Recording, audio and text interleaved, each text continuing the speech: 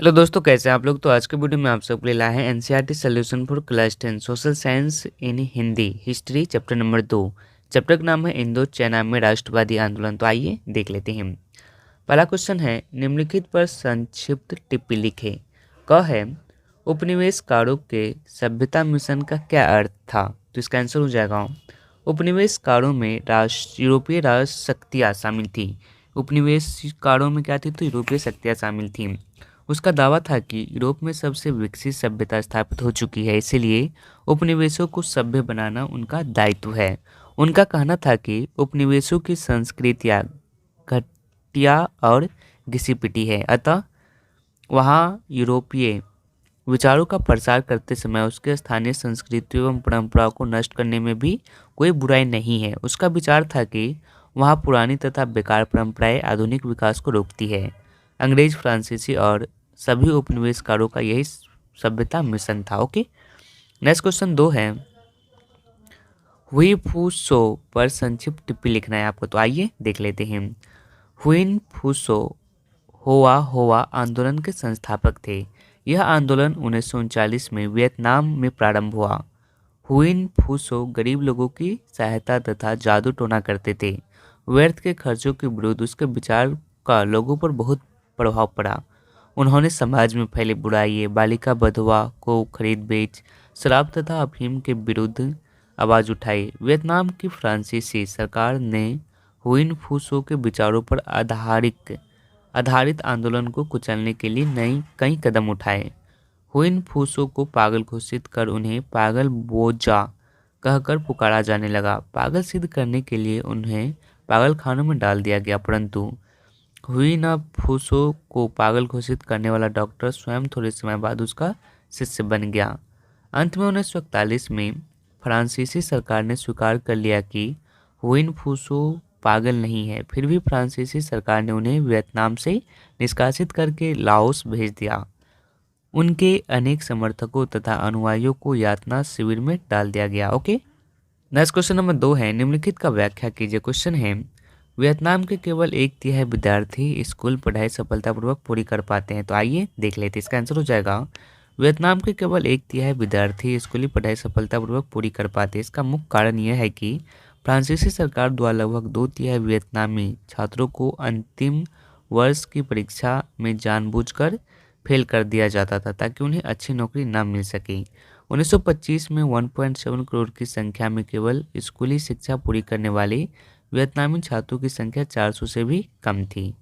ख है, फ्रांसीसी ने मेकांग डेल्टा क्षेत्र में नहरें बनवाना और जमीन को सुखाना शुरू किया। कारण बताइए क्यों। तो इसका आंसर हो जाएगा, फ्रांसीसी मेकांग डेल्टा क्षेत्र में खेती का विस्तार करना चाहते थे, इसीलिए उन्होंने इन क्षेत्र में जमीन को सुखाना आरंभ कर दिया।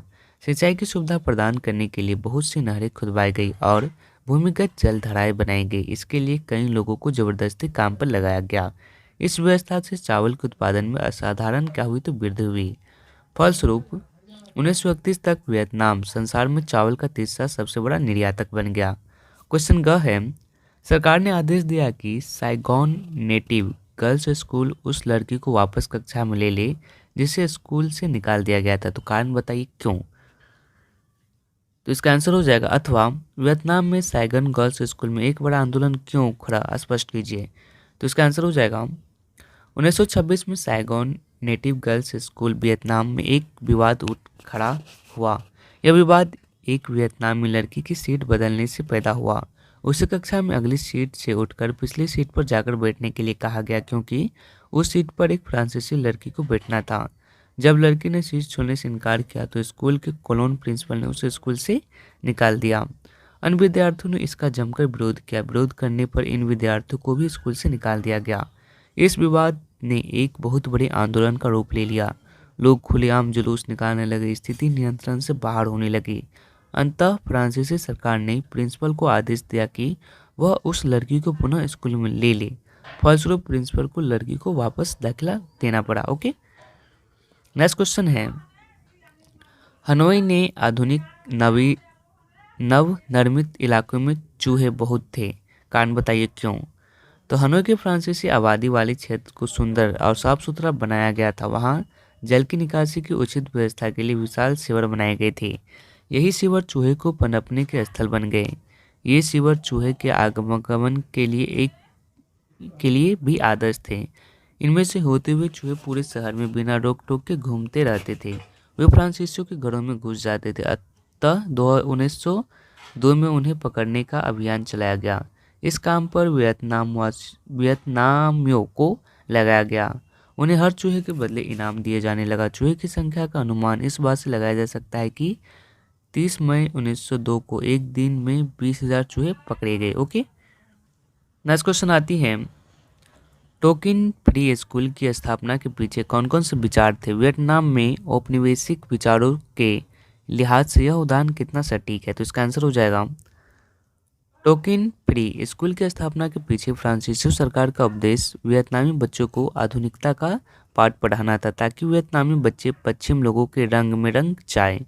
स्कूल में विज्ञान, स्वच्छता और फ्रांसीसी भाषा की कक्षाएं भी शामिल थी। इसके लिए अलग से शाम को कक्षाएं लगाई जाती थी और उसकी फीस भी अलग से ली जाती थी। वियतनामी बच्चों को सुंदर दिखने के लिए छोटे छोटे बाल रखने की सलाह दी जाती थी, जबकि वे पारंपरिक रूप से लंबे बाल रखते थे।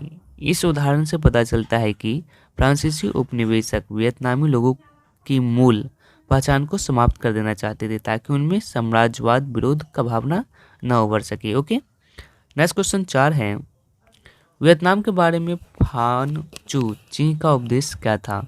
फान बोई चाओ और उसके विचार में क्या भिन्नताएं थी? इसका आंसर हो जाएगा, फान चू ची वियतनाम के एक राष्ट्रवादी नेता थे। वह राजतंत्र के कट्टर विरोधी थे, इसीलिए वह फ्रांसीसियों को देश से निकालने के लिए शाही दरबार अथवा राजा की सहायता लेने के पक्ष में नहीं थे।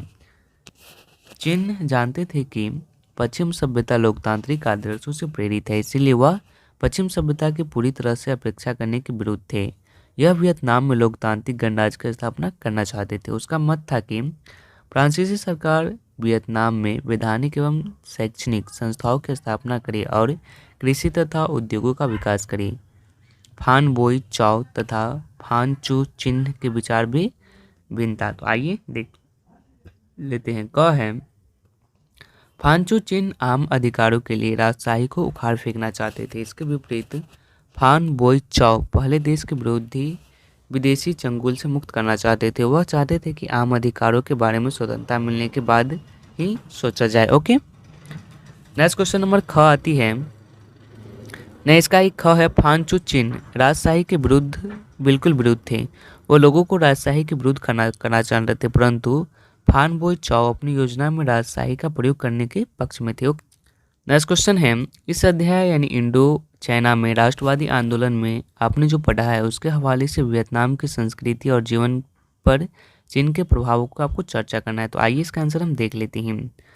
तो वियतनाम की संस्कृति और जीवन पर चीन का गहरा प्रभाव था, जिसका वर्णन इस प्रकार से है, जिसमें क है, वियतनाम के सामाजिक रीति रिवाज और परंपराएं चीनी समाज से मिलती जुलती थी। ख, उनकी वेशभूषा तथा भाषा चीन की ही देन थी। ग, चीन की भांति वियतनामियों की अर्थव्यवस्था कृषि पर आधारित थी। चावल मुख्य कृषि फसल थी।